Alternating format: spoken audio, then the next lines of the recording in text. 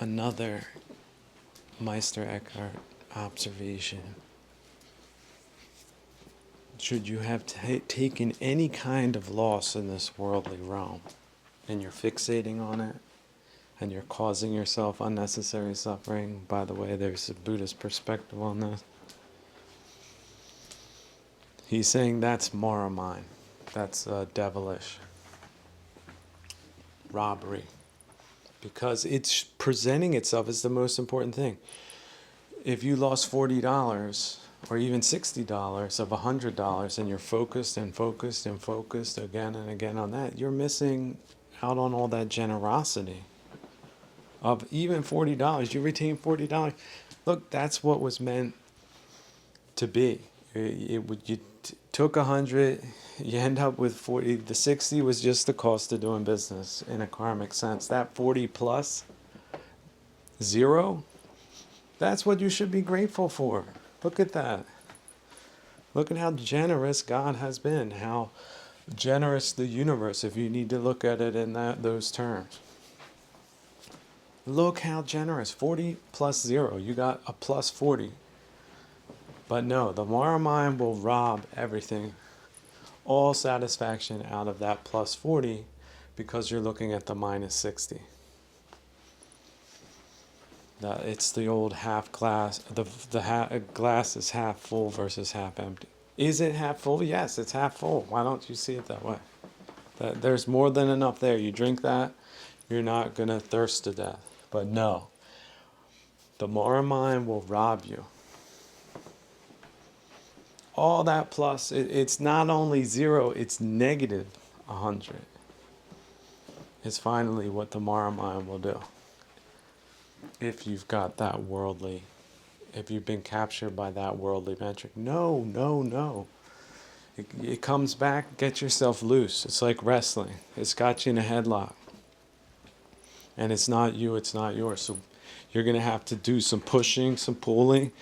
You're going to have to get dynamic with it. It comes at you, puts you in the headlock. You got to wrestle your way out of that again. Comes again, it's a sparring session. Here we go. It's 3 a.m. again. This is what's going on. This is what's going down. Nothing else matters. This is what's happening. This is the point of contact. This is what you got to do. Again and again and again and again and again and again. That's it. That's the whole point of existence when that's happening. And every time you do it, you get better. You get stronger. And God loves you more as his son, because that's what the sons of God do. Or the daughters. The daughters of the sons do. Comes at you again, there you are. Slip out of it again. Again and again and again.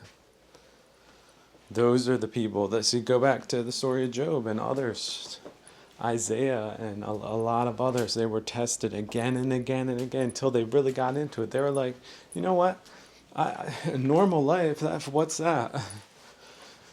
It's the spiritual dimension. Every day it's a wrestling match. And every day, even how about that headlock combination with a throw? And if it wasn't that, then they wouldn't be what they became, which is masters of the spiritual dimension, not of the physical. And this is happening inside. And yes, it is your responsibility. And yes, you can master these things. And remember, people out there are dying all the time. They're dying of unnatural causes all the time, and they're dying of natural causes all the time. All the time. Hey, where's that guy? He was there just the other day. Yeah, he's dead. What? He's dead? Surprise. Yeah, people are checking out. And the older you get, the more people you get to see check out. Some people were like, you're just 24. What happened to him?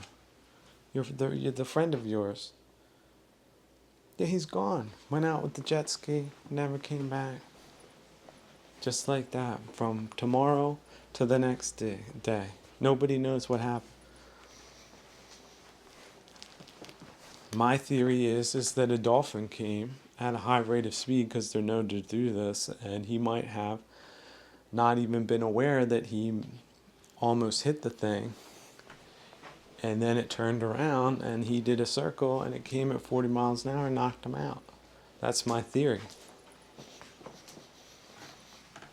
You go unconscious, you drown, and in the ocean they never find you, or very seldomly. It's not like in the movies.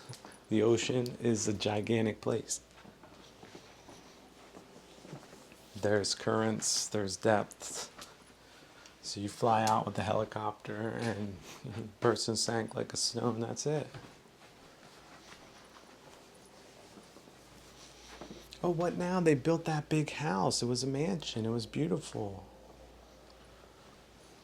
A captivatingly, enchantingly beautiful wife, wonderful house, and the summer was just about ready. It was going to be another season. He was there every summer, and now he's gone. No longer there. All those plans, what happened? If they only knew. If he only knew the week before, would have he gotten himself so worked up about this, that, or the other thing? Could he stop it from happening? Could it have been prevented? Do people think it could have been prevented? Yeah, fate and faith, right? Have faith that the good shall prevail, that this is just a transitory bardo. Always like referencing the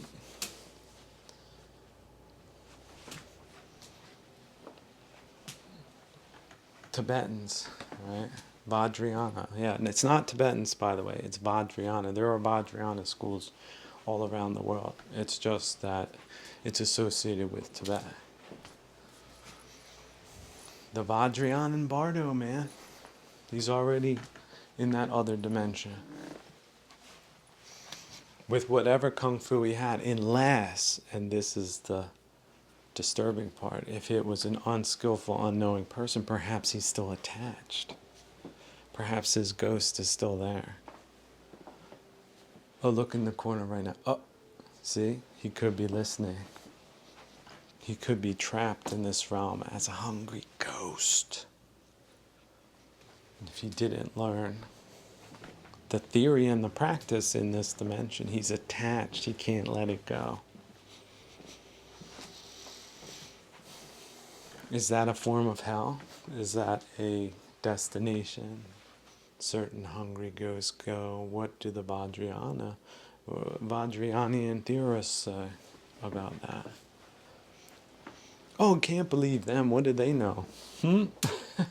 They've been dealing with these topics for thousands of years. They don't know. What? I just watch TV and grotesque sporting events and inane circuses. That can't be right. What do they know? Look at them with their funny costumes and stuff. Yeah. Maybe they know something you don't. But that here today, gone tomorrow, this is your wake-up call. I heard a story that Ananda asked the Buddha how many times did he think about death per day. And then he said, I think about it 7 times a day. That's what Ananda said. And the Buddha said, I think about it with every breath I take. Just look at that level of awareness of an awakened person versus someone who's asleep. Chances are you listening to this, you're asleep. But this is your wake-up call. It's about the here and the now. What is the state of your mind? What is the state of your spirit? What are the state of the defilements or the lack thereof? If they're not there, great. Then you have so many other better things to think about and experience in this realm. If not, that's your first point of contact. If you're suffering, realize it's a transitory state. It's transformational. Make it transformational, but also let it go. When encountering doubts, because it is a recurring occurrence, if you find yourself saying, I don't know, then rephrase it. A thing called I, and then see the letter I like a column or like a vase. A thing called I doesn't know. Gain that distance. It's a concept anyway. What is an I? What is a you? What is a yours in this moment? What is your perception of that? That is key. So a thing called I doesn't know something, and then just see the parentheses, variable. Fill in that variable. I don't know what to do with my life, for example, right now. So a thing called I doesn't know what to do with life as a concept, which is pretty broad. It's a broad concept. Like life, what is life?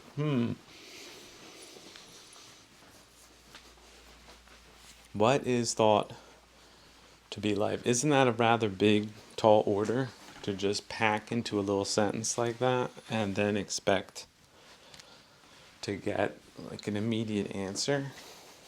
Isn't that a bit presumptuous on behalf of the, let's say, infantile kind of person or I to ask a question like that and expect an immediate and profound, all-encompassing answer that isn't answered by just asking that kind of question? Isn't it doomed to failure? So why is a thing called I asking a question like that? Or is it doubt? Is it Mara?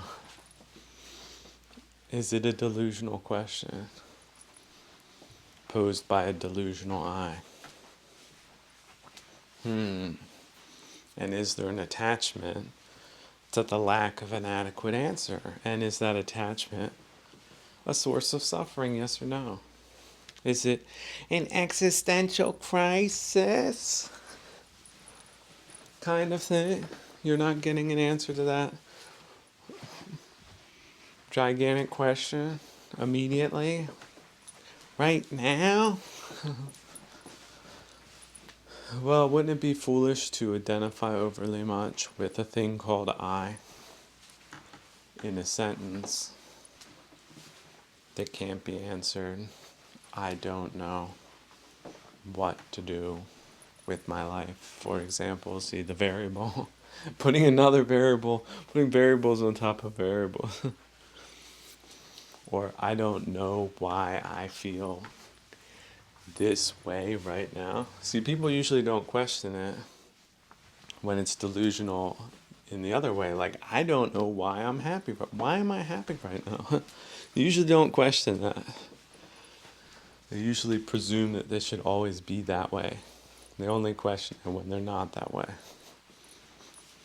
But it's perfectly legitimate to question when you're happy. Like, why am I happy? Why am I overjoyed? Why am I filled with bliss? Why am I over the moon? Why am I in love? They usually don't ask that question. But they should. Because oftentimes it's just as delusional. It's just a different variation. See, if you're tending towards, let's say if Maya or Moro wants to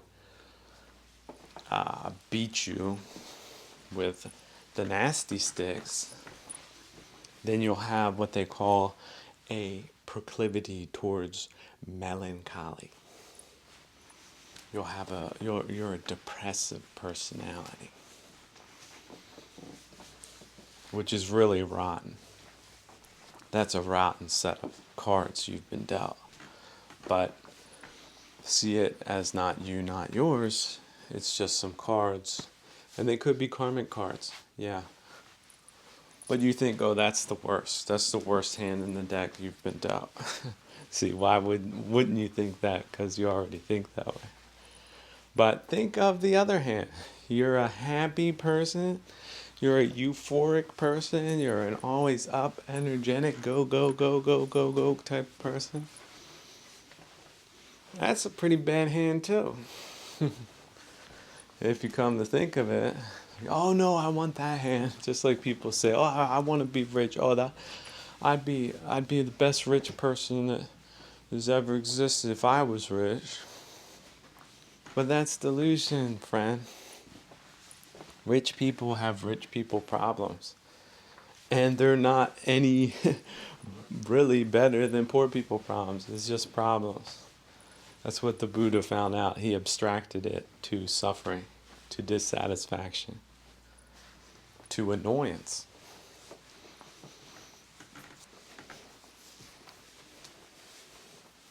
Now me, I guess I could have been a trillionaire, like 100 trillion or unquantifiably wealthy person. At least I could imagine myself that, but I don't see these types of psychological challenges going away with money or without money. And rich people problems are problems. They're psychological problems. They're abstract problems. So in a way, they're more pernicious. Because if you don't have something to eat, that's a very physical kind of problem. Which is why monks put themselves to the lowest level of problems every day to keep themselves grounded in what real problems are. And real problems can also be solved in a real way. You get something to eat, problem solved. It's real simple. Now, when you have $1 trillion and you have what people would call psychological problems anyway, spiritual problems, like not being satisfied with a dance troupe, and you're still not happy, and you just bought yourself a boat and you're still not happy, and right? You just bribed 10 politicians and you're still not happy, and you just wrecked Broadway for 20th straight year in a row, and you're still not happy. Kind of a group of people that aren't happy, kind of unhappy. Like, where does that end? Is that hell? You get something to eat and your problem's still not solved. You see what I'm talking about? Now, I'm not telling people to feel sorry for rich people, okay? But suffering is suffering. And it's distinct from material things. It's separate. It's autonomous.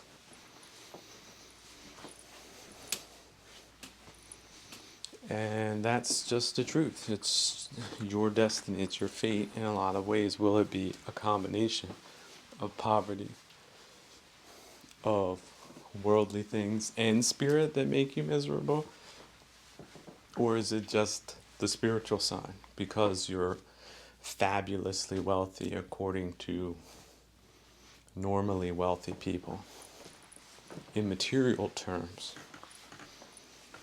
But perhaps they even have less sympathy for your problems because they're like, well, that's luxury problems, isn't it? Oh, poor rich person. Ha ha. Boo-hoo. Get over it. How about that? No sympathy at all. Like, you could just snap your fingers and you could build an entire city in the desert. Why? You should be overjoyed.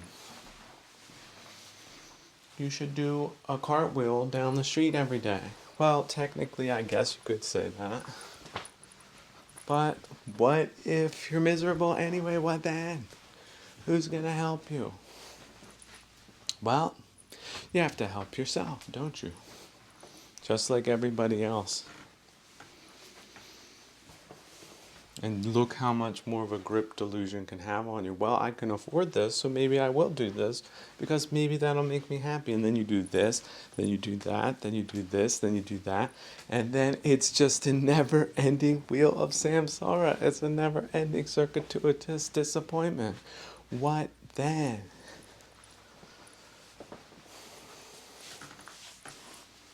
And a lot of you flunky people out there cheating with drugs. What's limiting you? Well, I'm willing to guess it's your budget. But if you got no limit on that, I guess your habit's going to be up to the keys real easy, real quick. And what's that going to do to your body and mind, do you think? Is it going to be better with no limits or worse?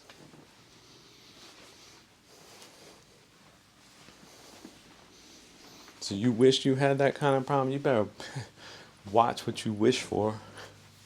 What if it came true in your next life and you're even more miserable? You end up in hell instead.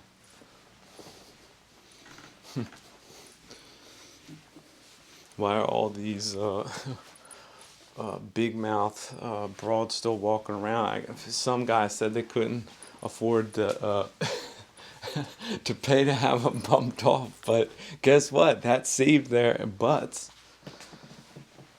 because that's bad karma. Okay, that's why it's a precept, one of the 5. Embrace adversity, learn from it. If they killed your illusions, you don't need to kill them. Okay, they killed your delusion about loving something that really wasn't there in the first place. They did you a favor. You're not going to go out and kill that person. What? That's ridiculous. That's the Marmite. They taught you a tough lesson, a tough teacher. That's a venerable teacher. That's the way you need to see it. That's the superhuman perspective. That's the supernormal perspective. It's difficult.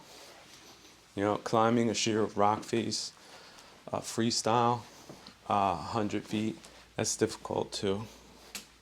But when you get over it, that feeling of exhilaration, it's indescribable. That feeling of liberation, it's cosmic. It's independent. It's outcome independent in that case once you get there, as far as other outcomes are concerned. Oh, but this one, she loves me. That's what she says. Maybe she believes it. Do you believe it? Is it possible? What if that changes next month because fill in a variable? How do you feel now? Do you feel good? Do you question your value as a living creature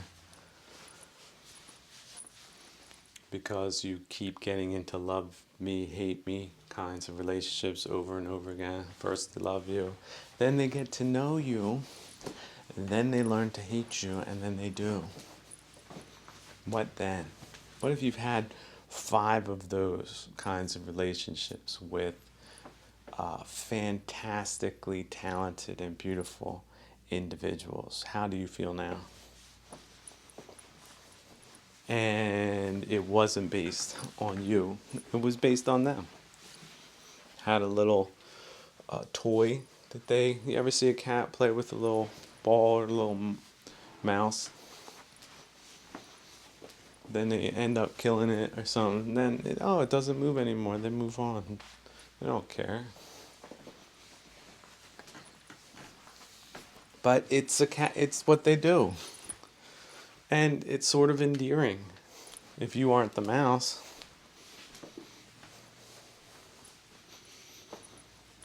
But people get their egos, spelled capital EGOS, egos, caught up in these little things, and then they get crushed.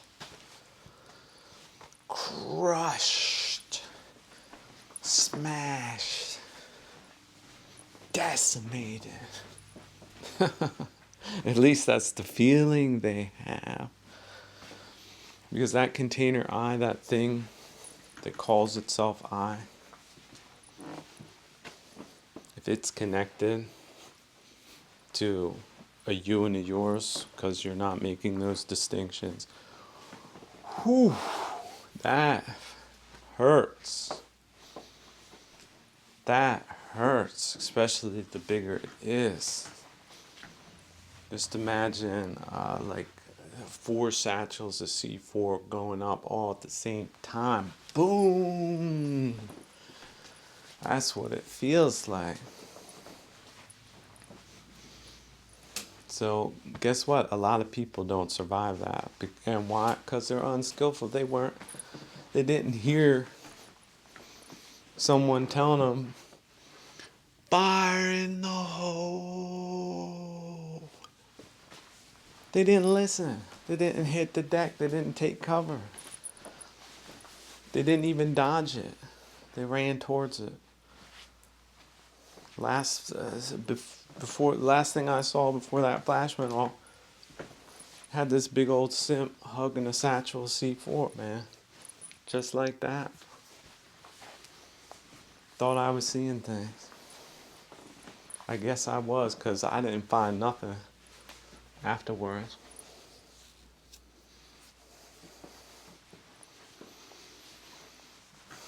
But yeah, that simp dead. And that's just the way it is. But dead in a metaphysical sense. He ain't coming back. And it's good, because he didn't know how to live. He thought he did. But it was a booby trap. You could say, instead of a satchel, it looked like one of them mannequins in one of them department stores. The big old boobies and skinny legs and torso, stuck in a permanent fresh position, voguing. But when he ran and grabbed onto it, that was the first second he realized, oh no, it's plastic. But it was too late. He was committed.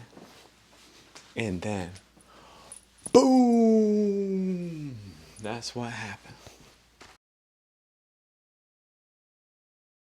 Someone wrote in, was like, don't you think you're being a little hard on men? At least the ones you've identified as being part of the condom class. Isn't there inherent male bias in that descriptor? Thank you. And I thought to myself, oh wait, stop. Yeah, I forgot. I guess I haven't beat up enough on lefty loon condom class women, have I? Because they got them in their purse, but I guess it's not for dingalings, it's for something else. Like Taylor Swift, a Prigozhinist and honorary condom class, a loony leftist member, up for pay. What political decision do you want me to take? Oh, the bad one? How much you gonna pay me? Okay. Yeah, that's the type of woman society doesn't need.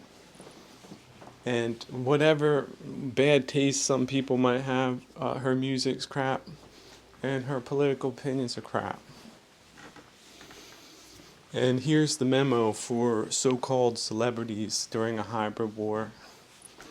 Don't be part of the condom class or a Prigozhinist at this time.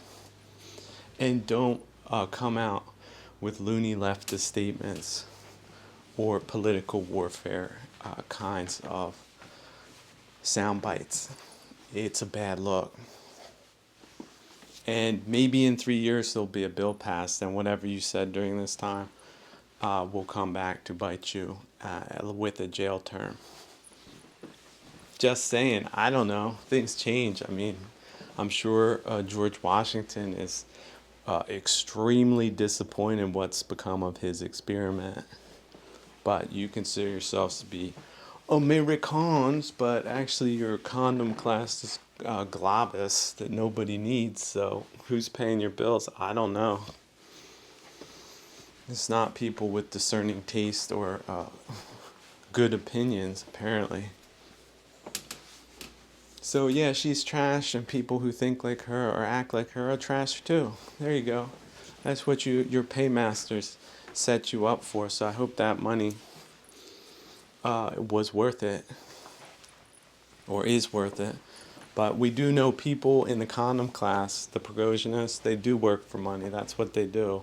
They just sell everybody else out, like these people do. So yeah, let's spread that term around. That's why I'm sort of more into the progonists class than condom class, because I'm pretty sure she doesn't do that side of the business. If she does, it's not very well. Got enough money, thank you very much. It's all about the purses and the gear. It's not about doing anything for anyone else kind of idea. So let's also go back to the beginning of the United States. People already have said that they don't respect my opinions about anything, but I don't believe women were involved in voting, and I think that was a wise time compared to the idiocy of today.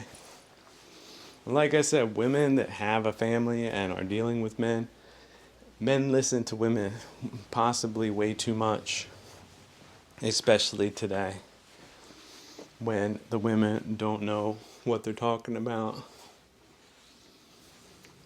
So having a female vote is just redundant for families. It's a family vote.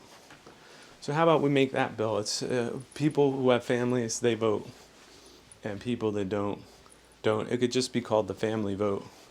But technically the male has to go and do it, because he's also the guy that if there's a war, will be the one who's expected to fight. And no matter what this blarneyist, feminist, claptrap, alternative reality kind of propaganda they might have. Oh, look, there's some woman in a container pushing buttons somewhere. Or no, let's get a picture of one in some gear. This is just a lie that there's no women in the military. Okay, whatever, goober. There isn't a war in all of human history since the beginning of time that was fought and won by women. Okay, so you think that's going to change overnight? You're someone that shouldn't be voting at all. And that's why.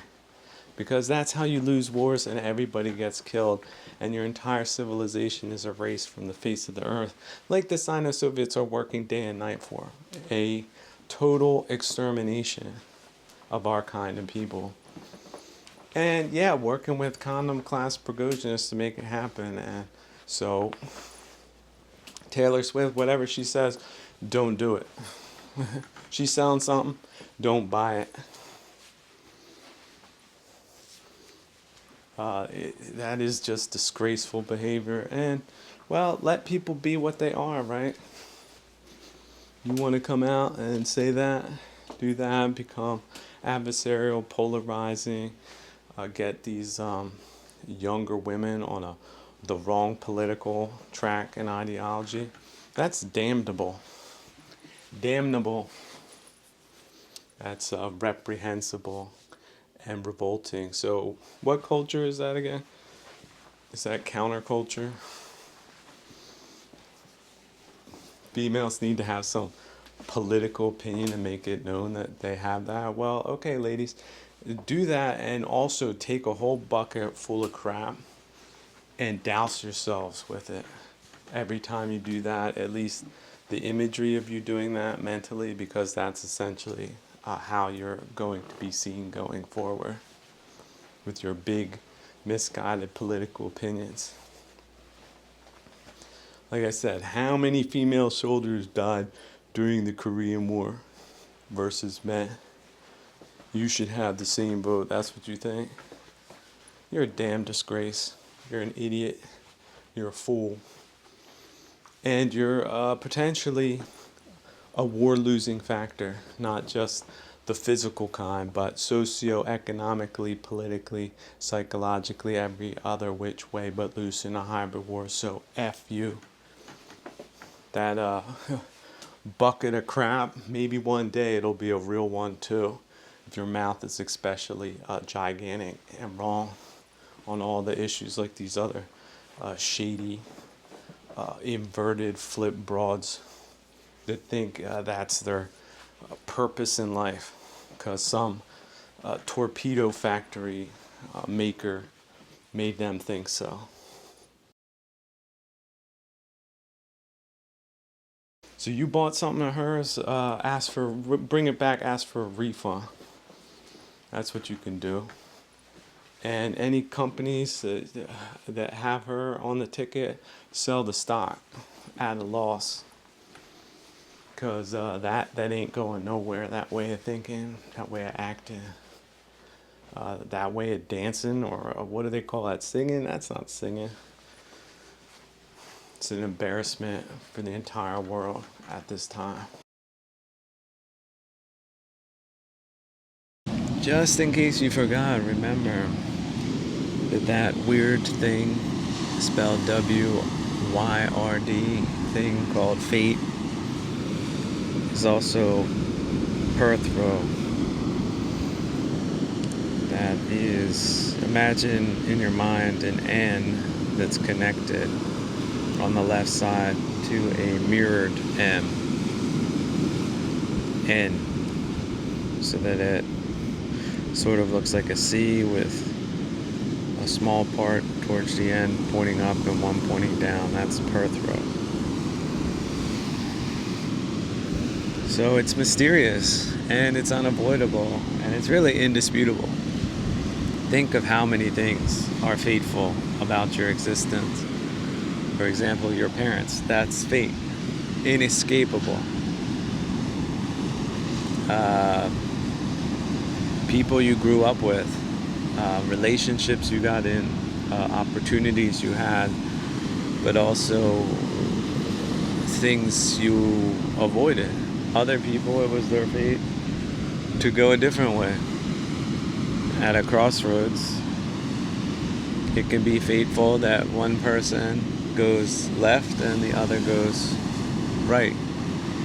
And the one that went left ends up falling into a volcano and being incinerated, and you really didn't know why you went the right way, but you did, and you found a paradisiacal grotto instead. That's fate. There's really no rhyme or reason to it, at least from the standpoint of human understanding. We can try to understand it.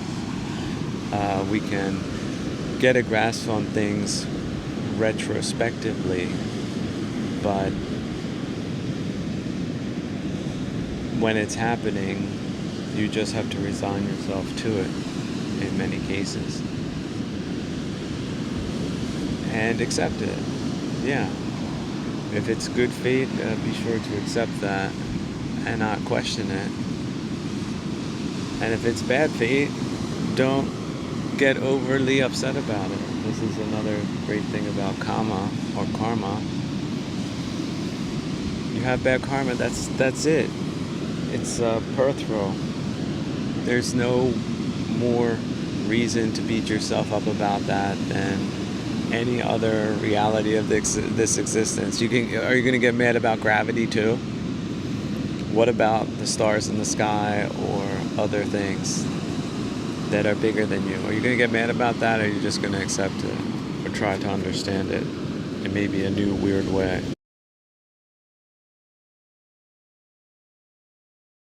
Now, just so the Silly Sally contingent does not understand the proposal on the table to alleviate this most pressing and pernicious problem, men who are married get 2 votes. He votes for himself and he votes for his wife. And the wife tells him who to vote for. who she wants. So it's possible he'll vote one way for himself and another way for the candidate that his wife, his legal wife, has told him to vote for. Okay? And look, families, marriages, you see how it helps make that more of a good thing. You have more of a say in political matters because of that. You see how that's an incentive as well.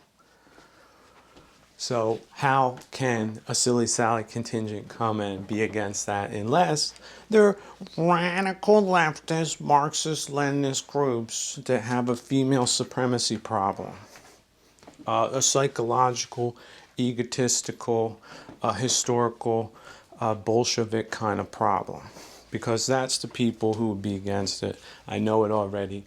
There's they don't even need to stamp their feet and throw a tantrum. We all know what and how they think and how wrong it is. So they're against it. Good. That's a good sign. It means that we're making progress. But you're saying, oh, well, it won't pass. Oh, yes, it will. Get the right people in there that give a damn about the country, it will. Oh, we can't do that. Why can't we do that? There's millions of people that don't vote because they've been fielding crappy candidates on purpose to demoralize people in a hybrid political kind of war tactic. That's why. Put the real candidates in there. Watch people get electrified. Politics will become something that people want to care about again because you're going to have people that care about it and do things the right way that can be persuaded by sensible arguments, but won't be persuaded by the asinine ones and the asinine contingents behind them. And let me tell you, there's going to be a lot less tolerance for the type of Bolshevik-inspired asininity that we've all been subjected to up until this point. And why? Because we're in a period of survival. That's it. It's an existential crisis. And, oh, I don't think so. I'm very comfortable. I don't believe it. Well, too bad. You're out to lunch. You're not in the game. Your head is somewhere else. Head's in the clouds. Head's in the past. Nobody needs you anyway. Don't even think. Everybody's not cut out for politics. You don't need to be cut out for politics. You come up with some funky ass, weird takes on sociology nobody needs. You don't need, there's no reason in the world you should go into politics. Who told you that? Just gonna make a fool of yourself, that's all. Don't do it. Get into something that you do well and keep your mouth shut and people might think better of you. That's a recipe for success. And that's how we can start getting this country back on track because, by golly, it's not looking good at this point. And some people are like, well, you're just crazy for Trump.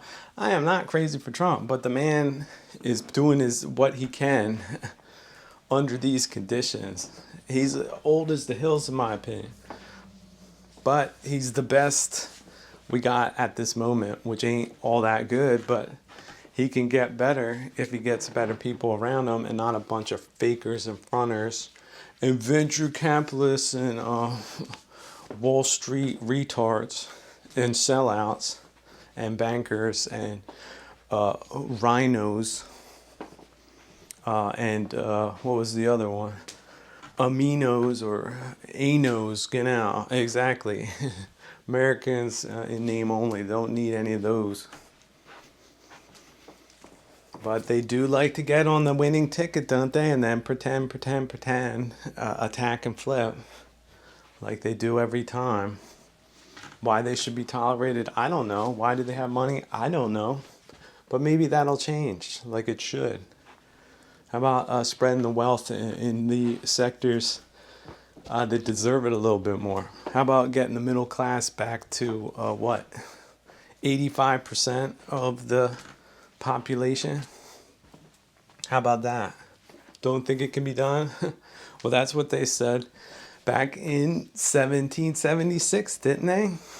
Were they right? Yes or no? It didn't look like it was going to happen, but it did. Well, the conditions today, are they more horrible?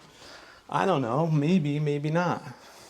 Maybe the country isn't as messed up as it appears to be on bad days. If we can fully mobilize the latent talent and leadership that the world is looking for but isn't getting because of these slobs that have gummed up the works up until now. So let's change that. Hashtag mobilize.